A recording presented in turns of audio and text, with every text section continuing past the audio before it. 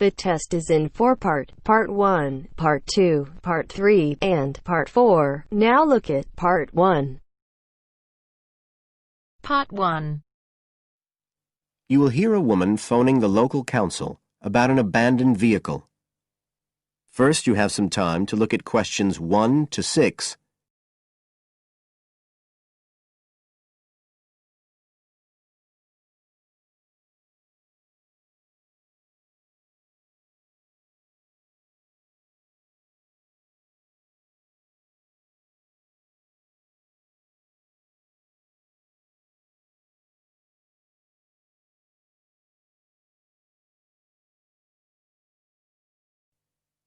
Now we shall begin.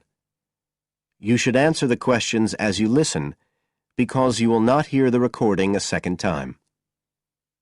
Listen carefully and answer questions 1 to 6.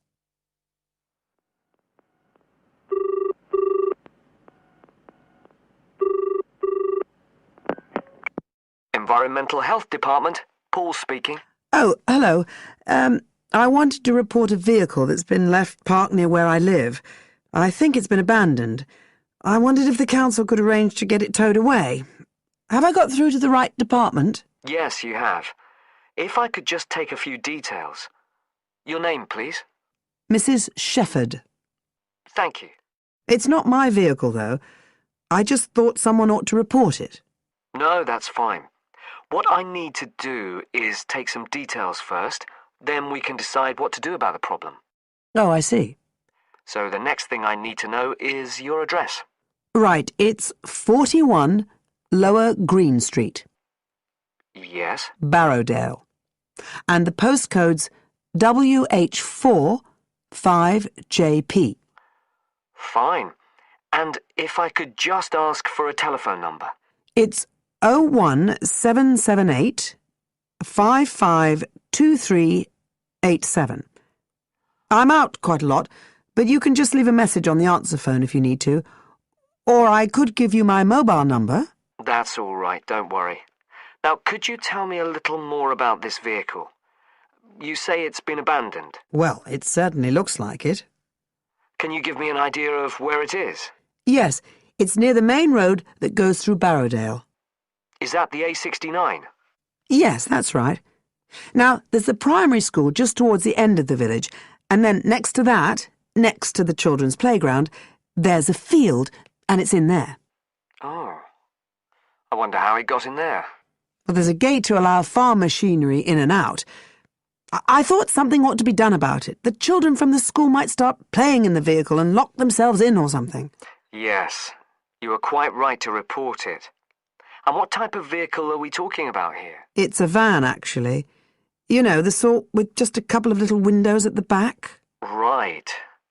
You don't happen to know the make and model, do you? Oh, yes. I went and had a look and got all the details. I thought you might need them. I'm surprised the school hasn't contacted you about it. Anyway, I wrote the details down. Right.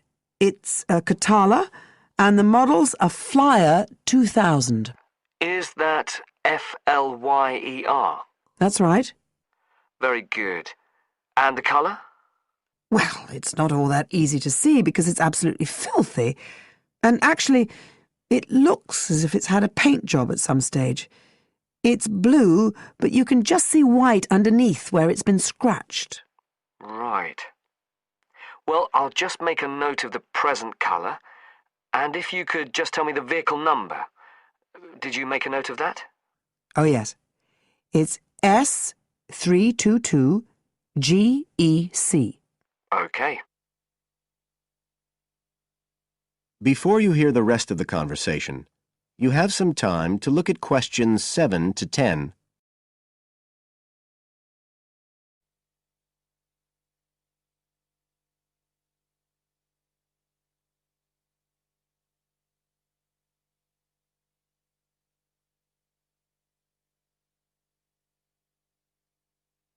Now listen and answer questions 7 to 10. And it sounds as if the general condition of the vehicle isn't too good, from what you say. No, it's pretty poor. It wouldn't be drivable. It's got a flat tire and there's a crack in the windscreen. I reckon someone just wanted to get rid of it. That's usually the way. It's been there for nearly a week. No, it must be 8 days. I remember it was a Sunday morning when I noticed it. It wasn't there the day before. I walk past it most days on the way to the shops. I'd have thought the school would have reported it. Does the field actually belong to the school? No, it's part of Hill Farm Estate. Right. I'll just make a note of that. And I don't suppose you have any information about who might own the vehicle? No, I've no idea. So what will you do now? Well, we'll come and have a look and see if we can trace the owner. And if we can't, the vehicle will be removed as rapidly as the law permits. It could be anything up to 20 days. One thing I should say, I'm quite sure this doesn't belong to anyone round here. I'd definitely recognise it if it was from someone who lived here. So you don't think it was anyone local? Right. I'd say at a guess we're looking at a stolen vehicle here. I did wonder if it might have been. You hear such a lot about car thieves nowadays. Well, we certainly will be looking into that possibility. Anyway, thank you for contacting us, Mrs. Shefford, and we'll keep you informed of what happens. Right. Thank you very much. Goodbye. Goodbye.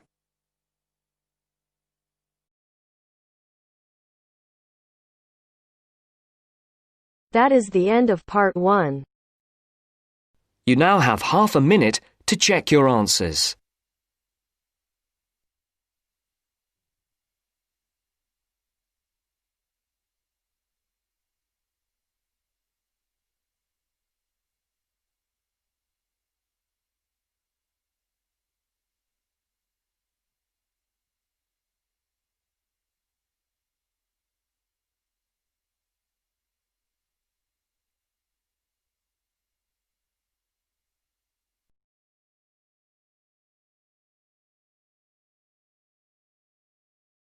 Now turns to part 2. Part 2. You will hear a student union officer explaining about the union's functions and services to a group of new university students. First, you have some time to look at questions 11 to 15.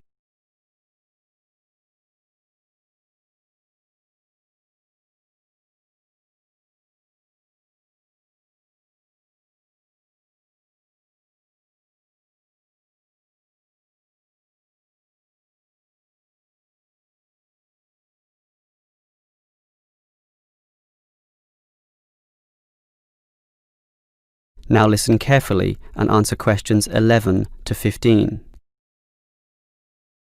Hello everyone. Now, here you all are, new university students. And the first question you probably have is, what is a student union? Another question is, do I have to join? Well, regarding this second question, let me say that membership used to be compulsory in the past, but that did cause some controversy, particularly from students who wanted to remain free and unaffiliated, and this university responded. So, joining up is no longer compulsory. It's totally up to you, although I'll admit there is a fairly strong obligation to join, since all students benefit from the large variety of services that we offer. We do understand, however, that many might be unwilling to join because of a supposed political slant to the union. Traditionally, student unions have been seen as being dominated by the left, and I suppose that's still true to a large extent. Here, however, at this university, our union discourages such one-sided viewpoints, and students across the whole political spectrum are welcome. Thus, if you feel that you are a conservative type, in other words, leaning to the right, you are particularly urged to join, to provide a more balanced representation. Now, let me move back to the first question. What are we? We are a formal organisation, but totally independent of the educational body. We make our own rules, rent our own premises, and organise ourselves as we wish, and our mission is basically to help you. For example, do you remember how you all arrived in late February to have an orientation week? That gave you an invaluable induction into life here, right? Well, the student union organised all the festivities at the end of that. The barbecues, partying and drinking, and even the musical entertainment as well. We'll do that again on occasions, and as always, those events take place on the football ground. Now, do you have any questions before I move on? Before you hear the rest of the talk, you have some time to look at questions 16 to 20.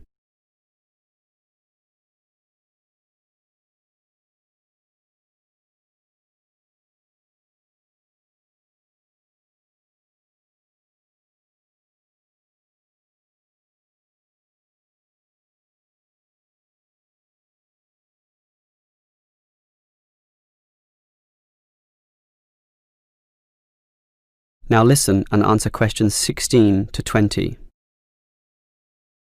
Now, let me tell you more about the student union and its basic functions. In general, there are three: social, organisational, and representational.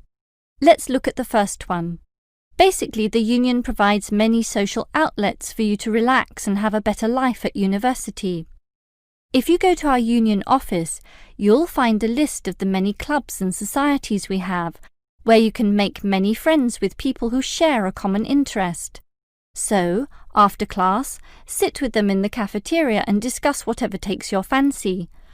We also maintain sporting facilities and even our own gym, allowing you to relieve some of that pressure and worry after a particularly hard session in the classroom. And we have some small shops and other places where you can buy clothes and sporting gear, in other words, some retail outlets. And if you flash your student union card, you'll get up to 20% discount at the bookshop. But unfortunately, there are no discounts at the union cafeteria. Sorry, no cheap cappuccinos. Finally, there's a student union newspaper, and you're welcome to contribute or put in advertisements if you're buying and selling goods or textbooks. You can also place notices of a more personal nature on the notice board of the union office itself. All right, let's move on to our more serious functions, which are helping you get through life here, as well as representing you in times of trouble. Regarding the second issue, if you have a problem or a grievance, or if you feel under pressure or depressed for reasons both inside and outside the university, for example, perhaps a dispute with your landlord or the people in your local gym, then come to us. We have a range of counsellors and helpers, and even some lawyers, who you can meet in the conference room. So just sip a cup of tea or coffee with them and tell them your troubles, and they'll be all ears. Basically, there's every reason to join the student union, since whatever you need, whether it be social or representational, we will help you.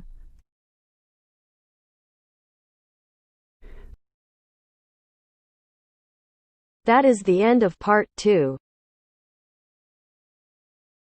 You now have half a minute to check your answers.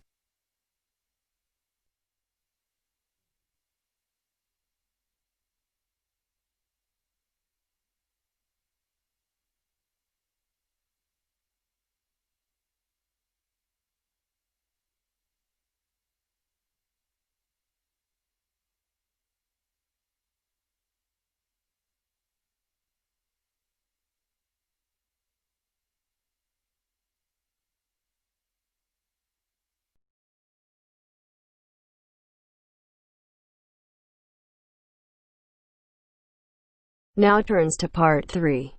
Part 3. You'll hear two university students discussing a social science lecture they attended.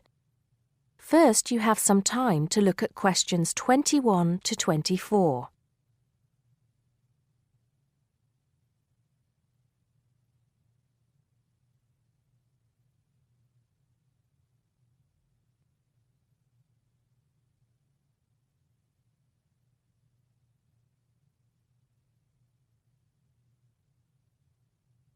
Now listen carefully and answer questions 21 to 24. Did you go to the first social science lecture yesterday? Yeah. Didn't you see me there? No. I was trying so hard to understand the lecturer. What didn't you understand? A lot of it, really. For example, he said we needed to study history as part of the course, but I didn't get why. You probably missed it. He said early on that we need to learn from our past mistakes. Right. But he also said we need to put ourselves in the place of our ancestors. Why is that? I think the point is that it's not enough to know how they lived and what they did. We need to know what they thought. I see. And I've written transferable skills in my notes next, but I have no idea what that means. If you study social science, you learn skills that you can use in a job. Oh, right. Is that all? Okay, but why is that? The point he made was that in studying social science, you use a flexible and adaptable approach to learning. Before you hear the rest of the conversation, you have some time to look at questions 25 to 30.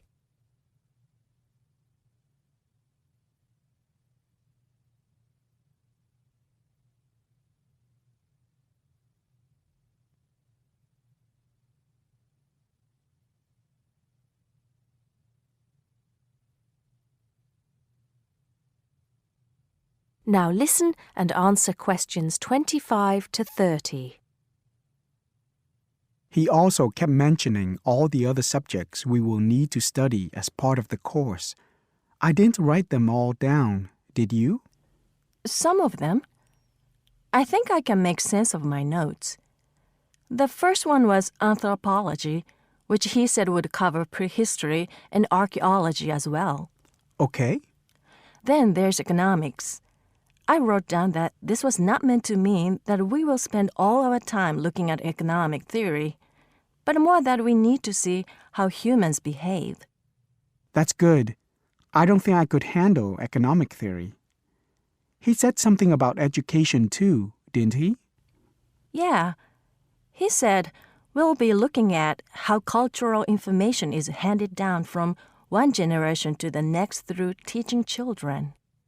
He said we'd be focusing on geography too, but I can't really remember which aspects. Can you?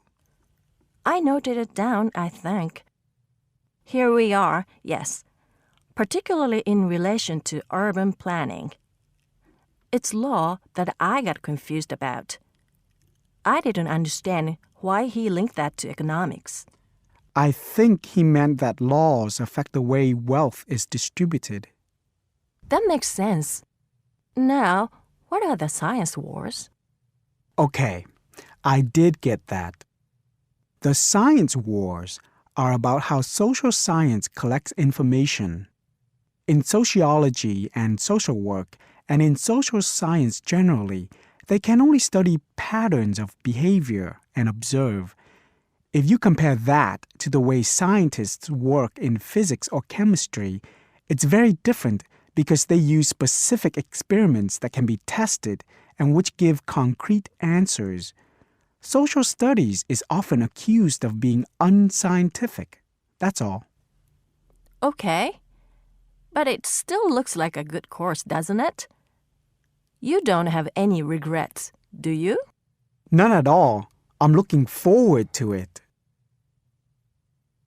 That is the end of part 3. You now have half a minute to check your answers.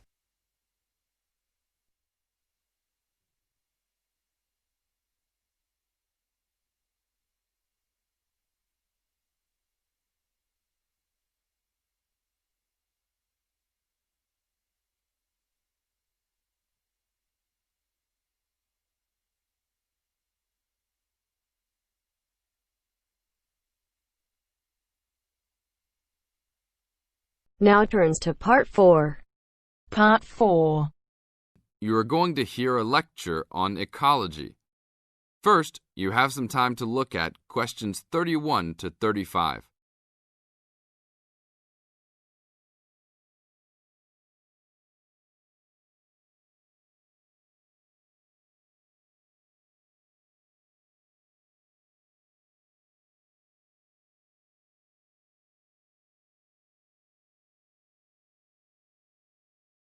Now listen to the tape and answer the questions.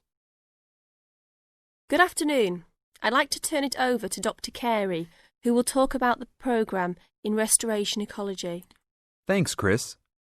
A lot of people think that human beings can do whatever they want to the environment. But as Aldo Leopold taught, land is a system of interdependent parts which should be regarded as a community and not a commodity.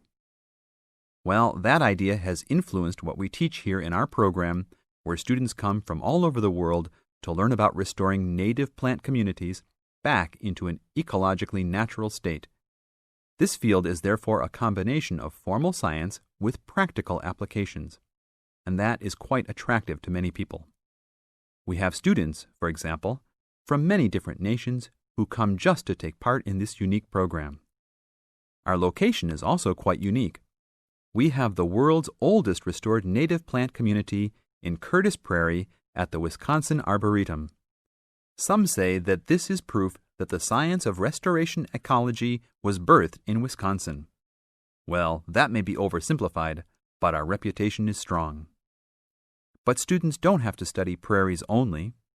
One student, Edmund Mukala from the Congo, came to study restoring ancient wetlands in the Congo using knowledge gained from historic samples of the soil seed bank. Not all the seeds survived, but some can remain dormant for many years. Mr. Mukala wanted to find out what type of community would be most similar to that ancient seed bank. He has recently returned to the Congo and is now cooperating with the government to implement his findings.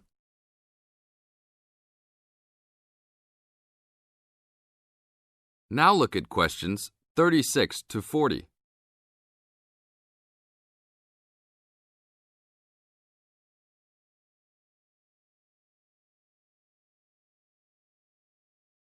As the talk continues, answer questions 36 to 40.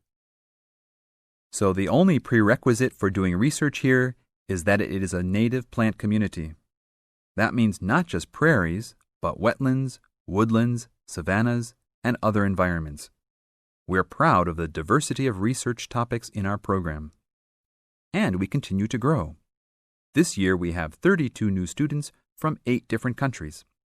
When students first arrive, they begin rigid coursework in statistics, ecology, plant identification, and the theory of landscape change.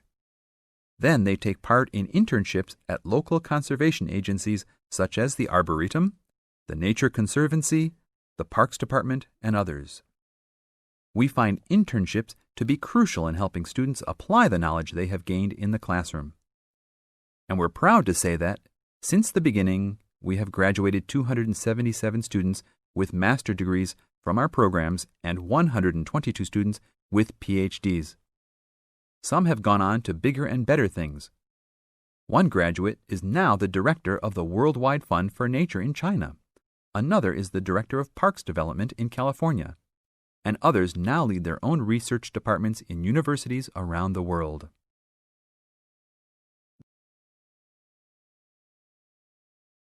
That is the end of part 4. You now have half a minute to check your answers.